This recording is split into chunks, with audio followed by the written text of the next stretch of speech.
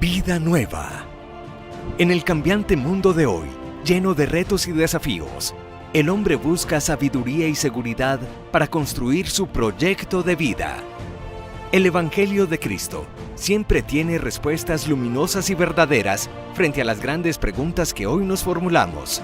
Ante la soledad, el desamor, la crisis moral y espiritual, las enfermedades emocionales, el cambio de época, la destrucción de la familia. Te invitamos a tener una vida nueva para que encuentres una manera distinta de mirar tu existencia, tus relaciones, tu trabajo, tu propia historia. Te esperamos. Vamos a tener una reflexión muy bonita a propósito de que hemos hablado del poder de la cruz y de que hay situaciones humanas de dolor, de dificultad. Y lo hemos llamado 7 puertas de salida al dolor, porque nos preparan para triunfar, nos preparan para el éxito, nos programan mejor para salir adelante en la vida, pero no nos dicen qué hacer cuando ese matrimonio se acabó, cuando el trabajo no está bien, cuando esa relación de pareja no funcionó, qué hacer frente a eso. En el nombre del Padre, y del Hijo, y del Espíritu Santo. Amén. Y de manera muy práctica vamos a llevarnos 7 palabritas, de manera muy pedagógica que nos puedan servir para nuestra vida. Cuando sintamos que los días se ponen grises, que en el alma hay nubarrones, que hay sentimientos encontrados por desavenencias, porque no entiendo la humanidad, porque no me entiendo a mí mismo, y descubrir como toda esta realidad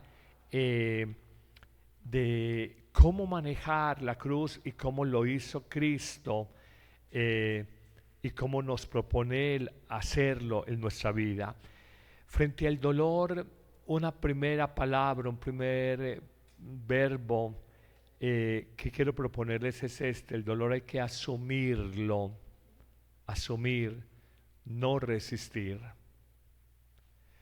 Hay realidades que tú no puedes cambiar. Yo recuerdo una persona muy cercana a la familia, tenía un cáncer de lengua y le hizo metástasis. Y me dieron la tarea incómoda de decirle: tienes un cáncer de lengua, invadió otras partes del cuerpo, ya es irreversible, solo un milagro de Dios puede ayudarte. Y la persona al principio, la reacción fue llevarse la mano a la cabeza, a la cara, hacer así: esto no me puede estar pasando. Y recordaba yo los procesos en un duelo, que hay etapas. Cuando uno le dan una noticia que uno a veces no asimila, la primera respuesta es la negación. Esto no me está pasando, yo quiero un segundo concepto médico, el médico se equivocó, de pronto se empapelaron los exámenes, esto no puede ocurrirme, esto no es verdad. Entonces lo primero es la negación, la negación. Luego de la negación viene un momento como de rabia, de dolor. Entonces yo conozco gente que se ha peleado con Dios. Dios no existe, si Dios fuera bueno, no hubiera permitido esto, pero si Dios es justo, ¿cómo ha permitido esto? Es todos procesos negacionistas que hay en la vida de uno, como rabia, dolor, resentimiento. Yo recuerdo un señor, le mataron un hijo, la guerrilla se lo secuestró, acaba de graduarse como ingeniero en una universidad importante de Medellín. La guerrilla se lo secuestró, pagó el rescate y el muchacho como que había intentando volarse lo mataron, pero aún así recibieron el rescate, calladitos, y luego le devolvieron el cadáver. Y entonces él decía: si Dios existiera no hubiera permitido esto, no sé qué, yo hace 20 años no voy a misa, yo peleé con Dios, no sé qué. Una rabia, un resentimiento. Dios no quiere que un ser humano mate a otro. Dios no quiere que un ser humano secuestre a otro. Es la libertad, bien o mal empleada, que tenemos todos, donde uno decide emplearla para hacer el bien, para servir, para amar o para dañar a otras personas, secuestrar y matar a otra persona. Entonces, una primera afirmación muy práctica frente al dolor hay que asumirlo, no resistirlo. Y asumirlo entonces una primera etapa es que negación, una segunda etapa es que dolor, rabia, resentimiento, frustración. Una tercera etapa es negociación, negociación. Entonces empieza, yo pago esta promesa, voy al Cristo Milagroso de Buga en el Valle del Cauca, viajo 400 kilómetros o 300 kilómetros si tú me ayudas en esto. Yo prometo dar una casita a una familia pobre si tú me liberas de esta enfermedad. Empieza la negociación. Empieza la negociación. Uno en el fondo como que no ha aceptado del todo y uno empieza ahí. Primero, no me está pasando. Segundo, qué dolor, qué rabia, qué frustración. Tercero, negociemos. Cuando uno está así como agarrado y como que no se quiere soltar de la enfermedad, de la depresión, del divorcio, de la muerte de un hijo, de no sé qué, es esto. Y al final viene un proceso que lo vi en esta persona que les contaba del cáncer de lengua, que murió con una profunda paz, aceptación con paz de lo que yo no puedo cambiar.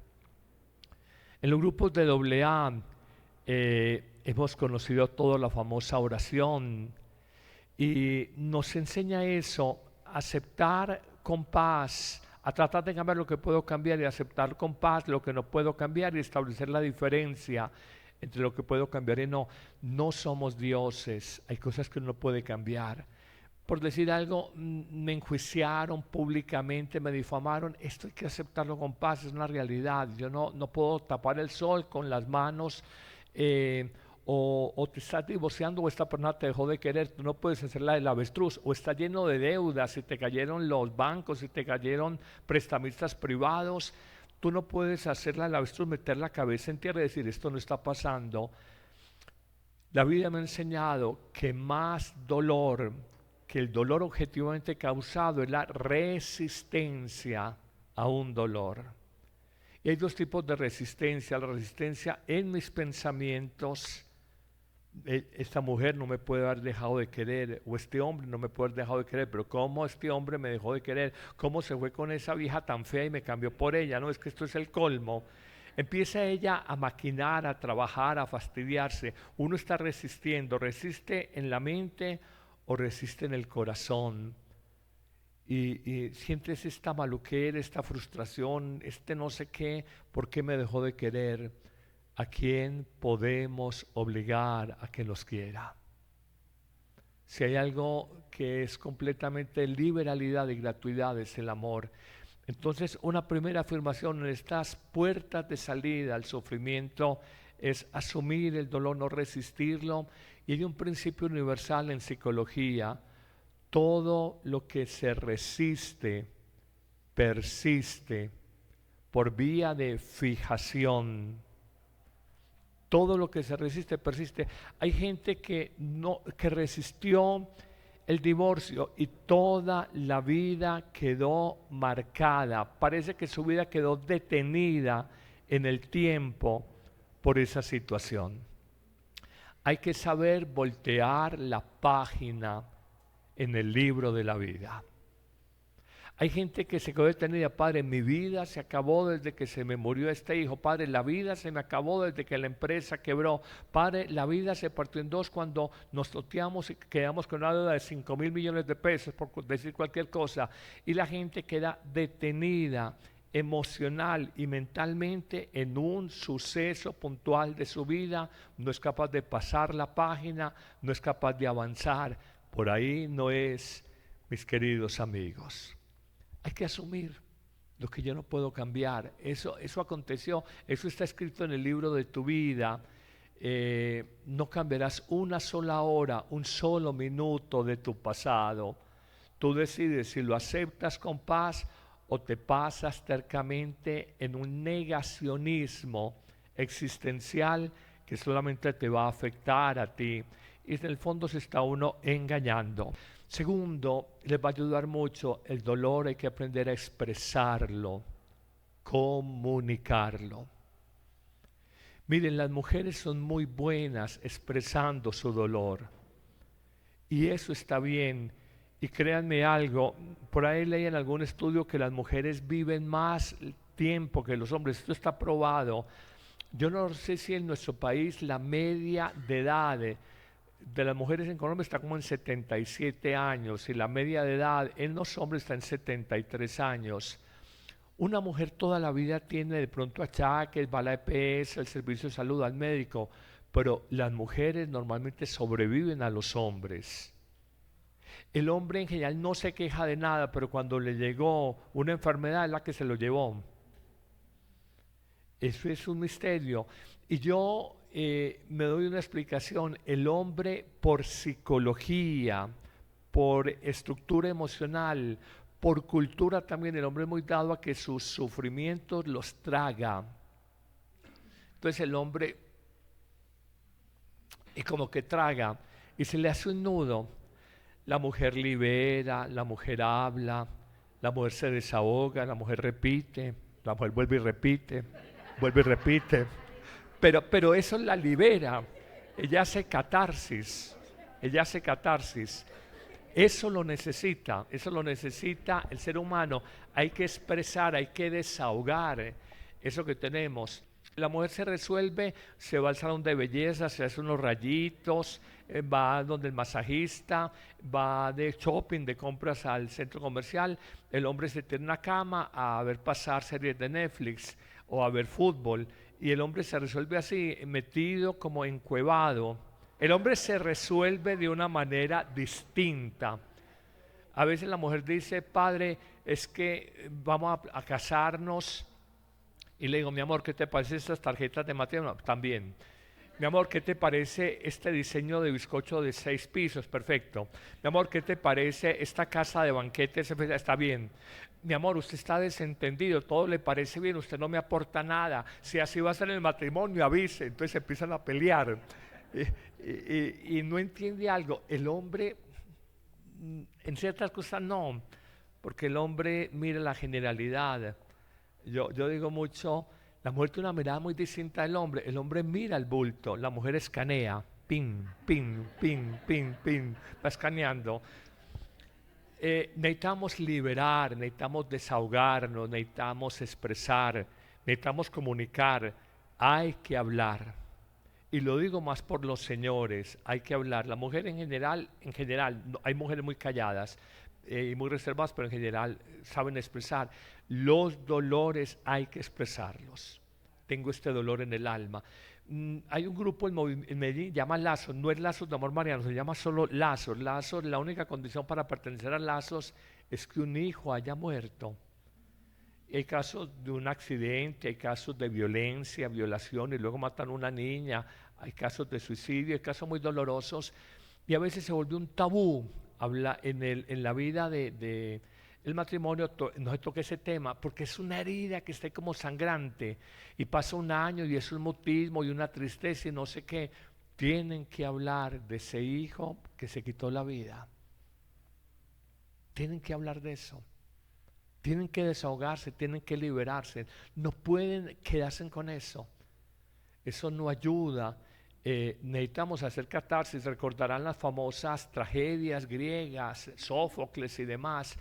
Ellos luego, cuando terminaba en tragedia la vida, quedaban tan aturdidos el público que luego ponían un bufón o no sé quién, un payasito a un arlequín para que les hiciera reír, pero en el fondo es cambiarles el disco a uno y cambiarles la mirada, porque la vida no la podemos mirar como tragedia.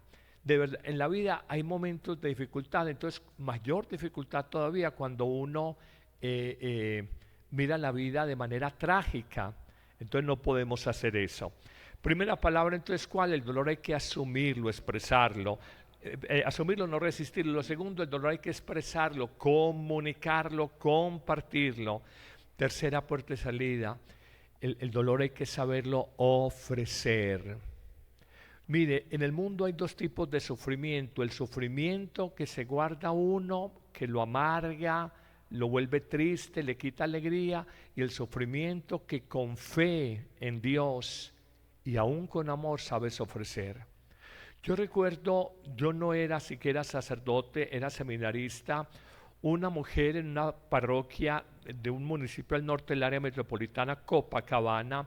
Allá hay un barrio, era muy lindo, como casitas de cuento, San Juan de la Tasajera. A mí me impactó, estaba yo empezando en el seminario, estaba muy joven, una mujer con un cáncer muy agresivo. Ella era la piel forrada en el hueso, o el hueso forrado en piel. La había consumido un cáncer muy agresivo.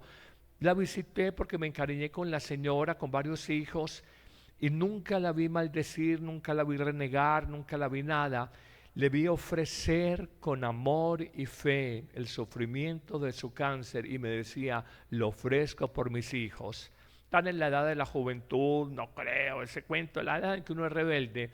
Y la señora con mucha paz se despidió, murió. Estoy hablando hace 35 años tal vez, empezando yo mi formación como seminarista. Ella murió, pero soy testigo de sus 4 hijos que uno a uno fueron transformando su vida y acercándose a Dios después de la muerte de su mamá. Y ella en su enfermedad me decía, Padre, yo ofrezco el sufrimiento de esta enfermedad por la conversión de mis hijos y para que se acerquen a Dios. En vida ella no alcanzó a verlo, pero yo en vida soy testigo de que esos jóvenes, 3 hombres y una muchacha, cambiaron. Y yo estaba convencido por lo que vi en su madre, que nunca renegó, nunca maldijo, nunca le cuestionó a Dios por su enfermedad, lo ofrendó. El sufrimiento hay que aprender a ofrecerlo. Hay que aprender a ofrecerlo. Su sufrimiento, el que ustedes han tenido, ¿cómo lo asumen? ¿Reniegan? ¿Soy la más de mala? ¿Se victimizan? ¿O el sufrimiento lo ofrecen y dicen, por mi familia, por mi país, por los sacerdotes, por la iglesia, como purificación por mis propios pecados? Somos capaces de ofrendar, ofrecer a Dios el sufrimiento. Ustedes no se dan cuenta de algo. Cristo en la cruz ofrendó todo su dolor. Mire, tan bonito como uno dice, pueda aprenderlo las 7 palabras. ¿Cuál es la primera palabra? ¿Se la recuerdan? Pensó en la multitud. Primero pensó en la multitud. La segunda, pensó en el buen ladrón. Luego pensó en su mamá. Primero, de lo general a lo particular, primero piensa en la multitud, perdón, porque no saben lo que es. Pensó en el buen ladrón, hoy estarás conmigo en el paraíso. Pensó en su mamá, mamá, quédese con Juan, quédese con mamá, con mi madre.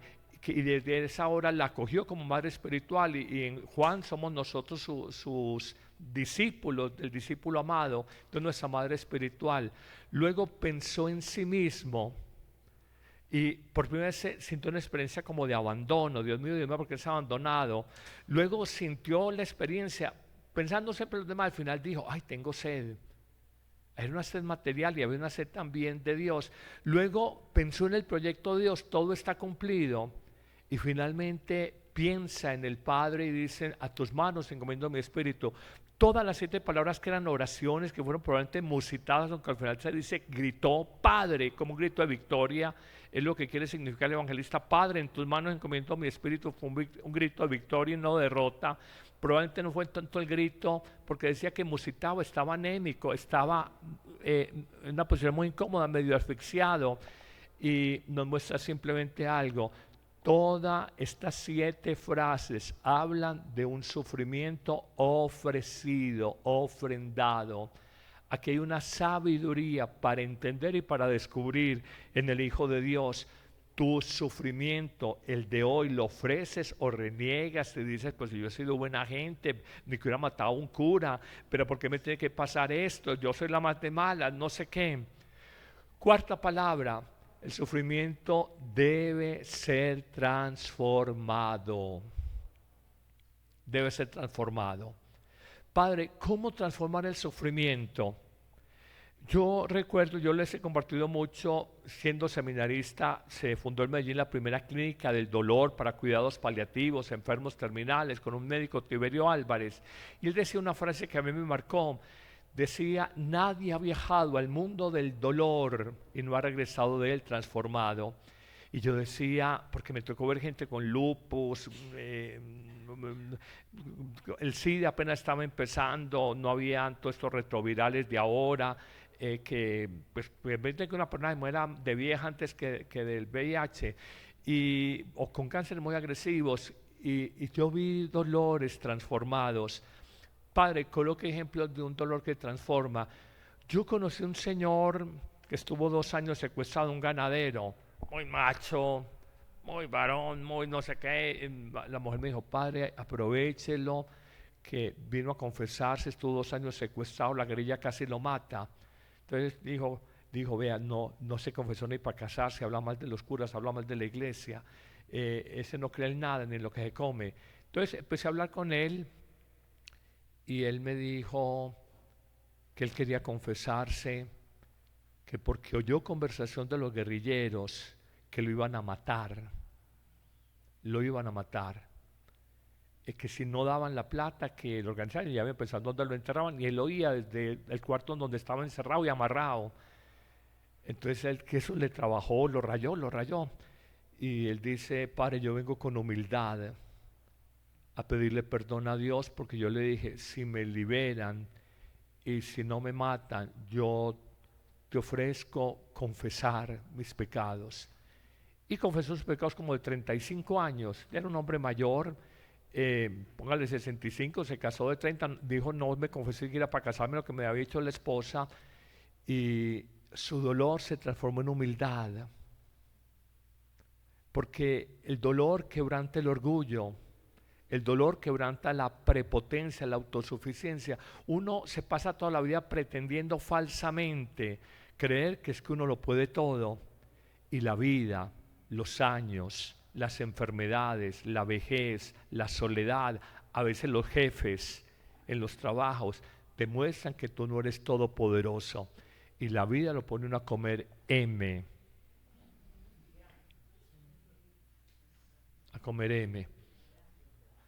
Entonces uno se pasa falsamente la vida diciendo yo lo puedo todo, y eso es mentira. La pobreza humilla, la soledad humilla, la vejez humilla, las enfermedades humillan, un jefe montador humilla. Hay muchas situaciones.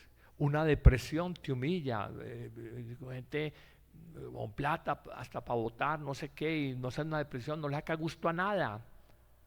Tiene plata para gastar como para 7 vidas, necesita 7 vidas para gastarse el patrimonio que tiene.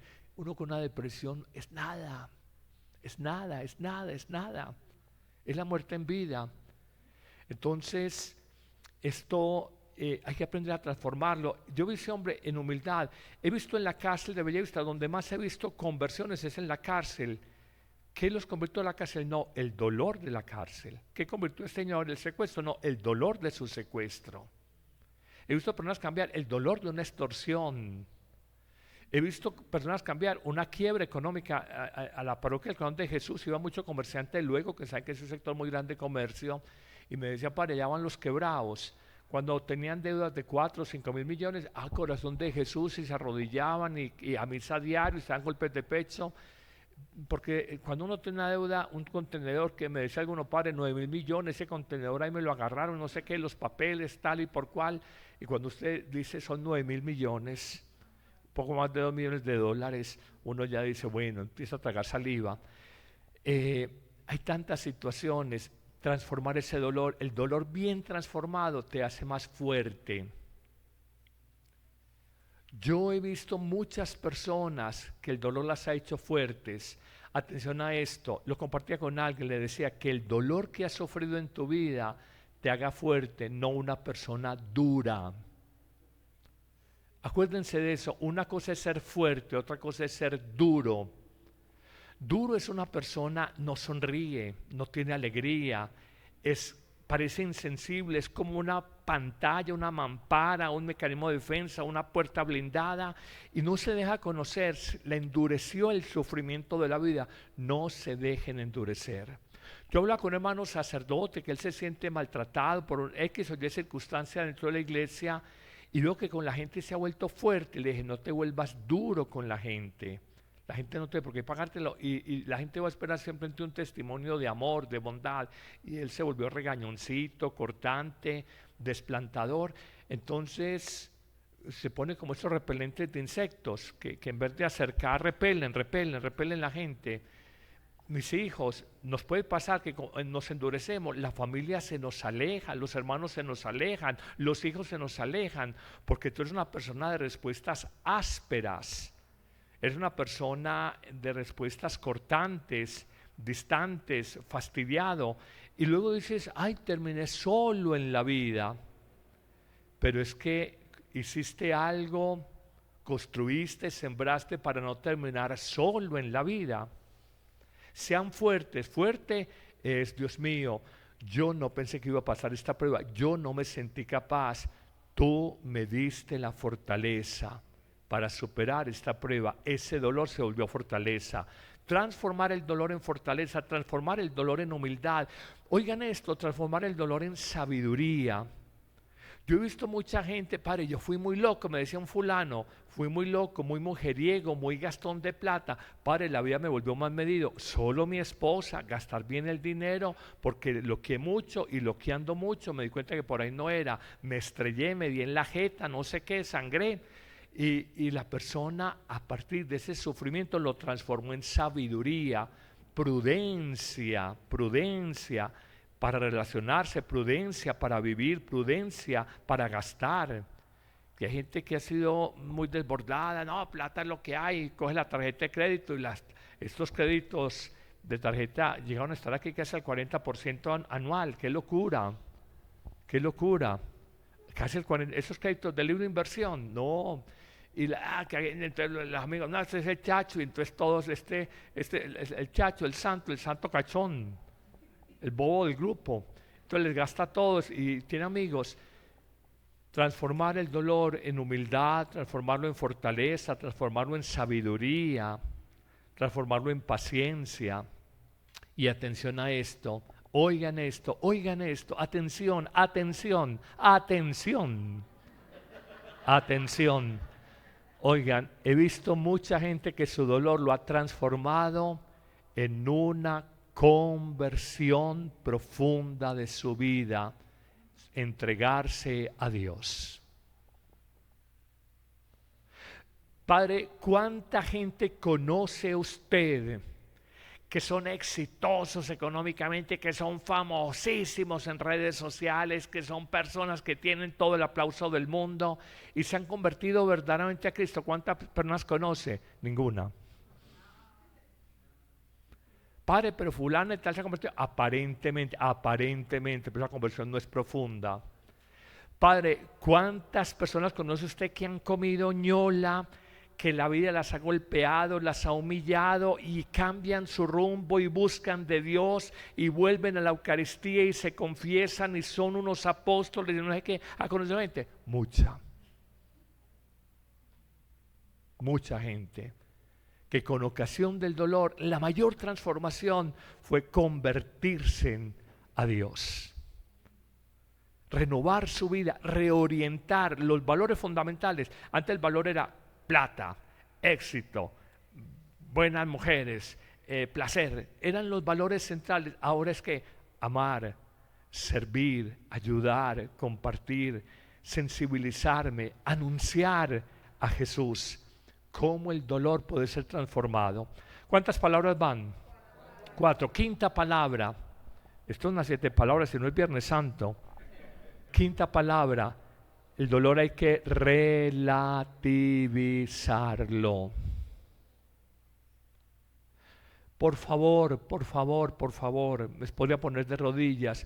No absoluticen ningún dolor.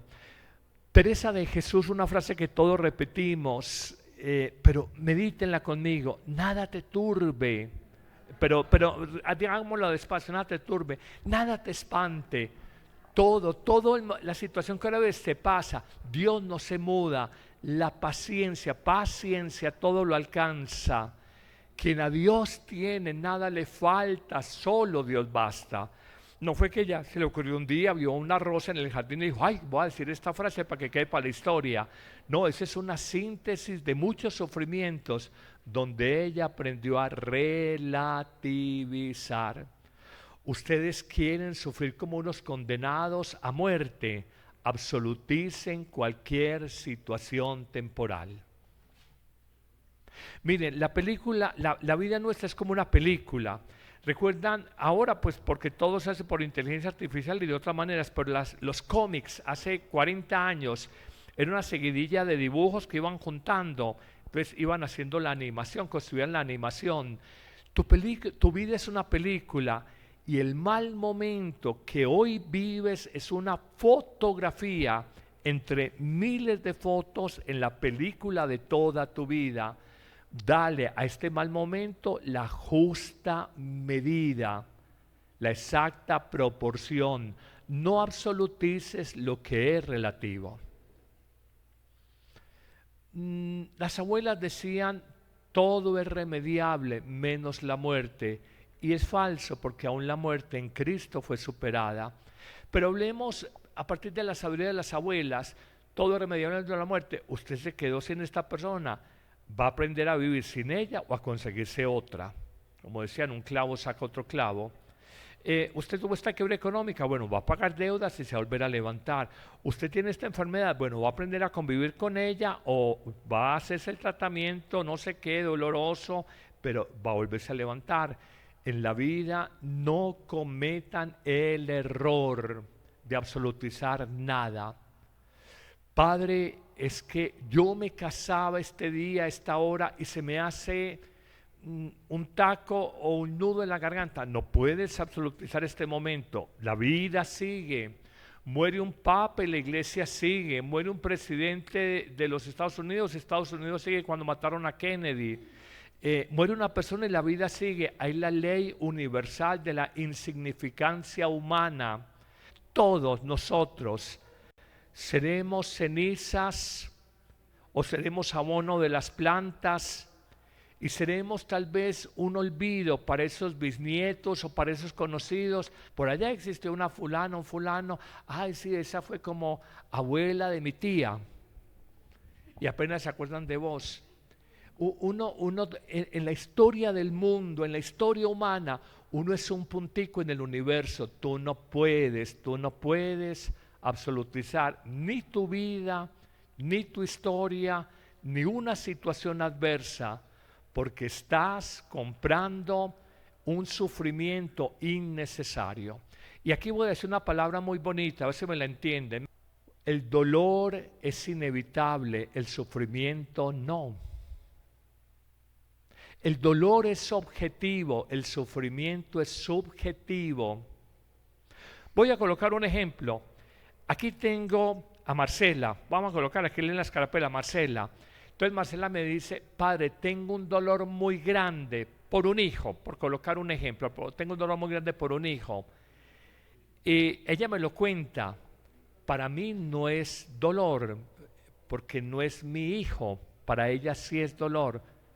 Pero ese dolor entonces no es objetivo, es subjetivo del sujeto, de la persona.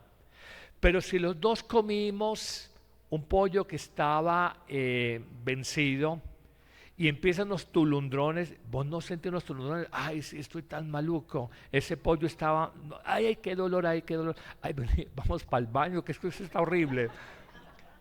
Esos tulundrones, esos chuzos, esas picadas, eso es objetivo, eso no lo está inventando uno. Los dos comimos del mismo pollo viejo y vencido, lo está pasando a los dos. El dolor es objetivo, es una realidad objetiva. El sufrimiento es subjetivo. Que esta persona me dejó de querer y padre, acabó con mi vida. Tú le diste poder subjetivamente, a esa persona para que si te quiere te levante la vida y para si no te quiere te acabe la vida. El dolor, una migraña, no sé qué, fuimos a caminar al sol y no sé qué, y el sol nos da migraña, entonces a los dos nos dio migraña. Eso es objetivo,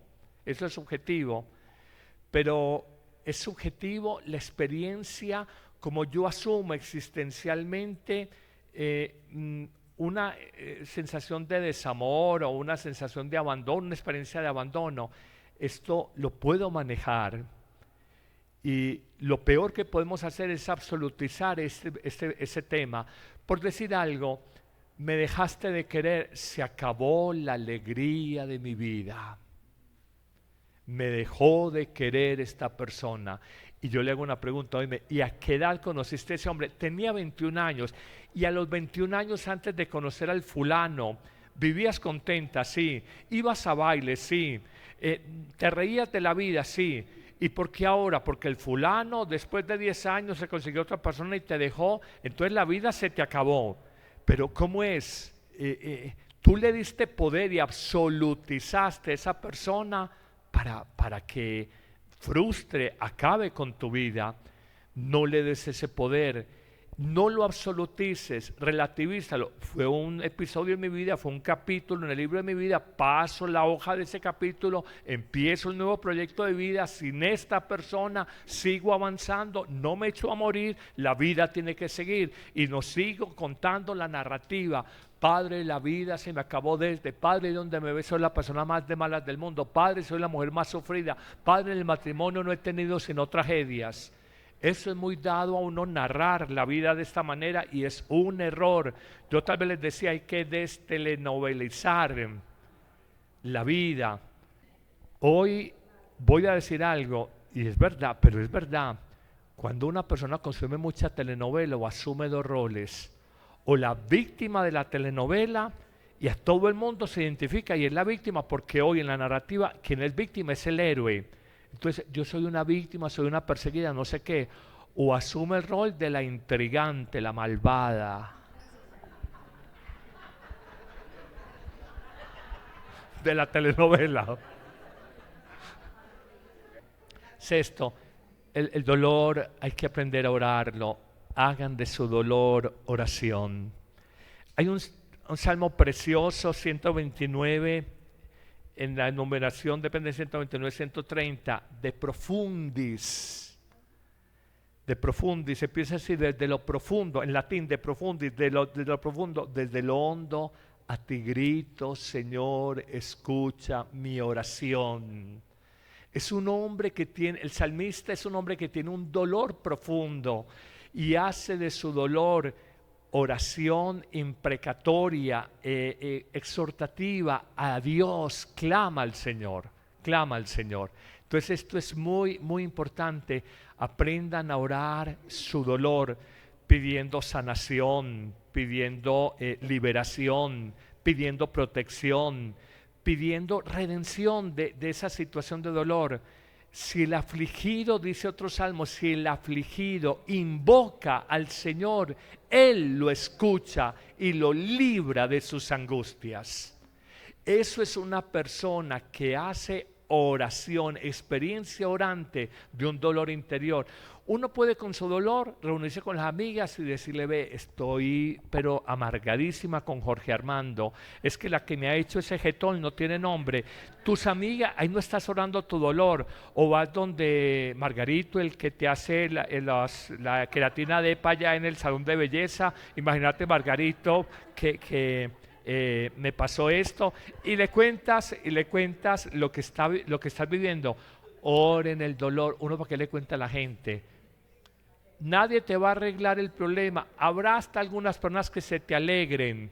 Se le dañó el matrimonio a esta que se las daba, que tenía el mejor marido del mundo. Tan creída, muy bueno, tome para que lleve. Tome para que lleve. Algunas hasta se alegran. Oren su dolor. Oren su dolor. Y termino con esto, la séptima puerta de salida, muy en la línea de ofrendar el dolor, pero de una manera más profunda.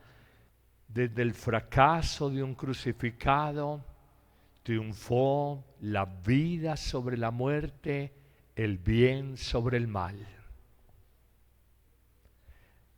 Triunfó el bien sobre el mal desde el fracaso de un resucitado. Padre, ¿qué significa esto? Cristo nos redimió. ¿Qué es redimir, Padre? En el derecho civil, redimir es pagar la deuda de otro. Jesús pagó la deuda de mi pecado de toda la vida. Y redimir, oigan esto, redimir es el mal transformarlo en bien. Pablo en Romanos 12:21 dice, no te dejes vencer por el mal, vence el mal a fuerza de bien. Redimir es darle un sentido positivo a una situación aparentemente negativa y dolorosa y transformarla para una renovación, restauración, crecimiento, transformación profunda de tu vida. Jesús, desde el dolor físico, los clavos, los azotes, la corona de espinas y el sufrimiento moral, el abandono, la traición, la ingratitud, desde toda la síntesis de su dolor, tanto material como moral, atención a esto, desde toda esa transformación del dolor de Cristo en clave positiva, lo transformó en perdón de los pecados para toda la humanidad y en apertura a la vida nueva que llamamos vida plena o vida eterna, la vida en Dios.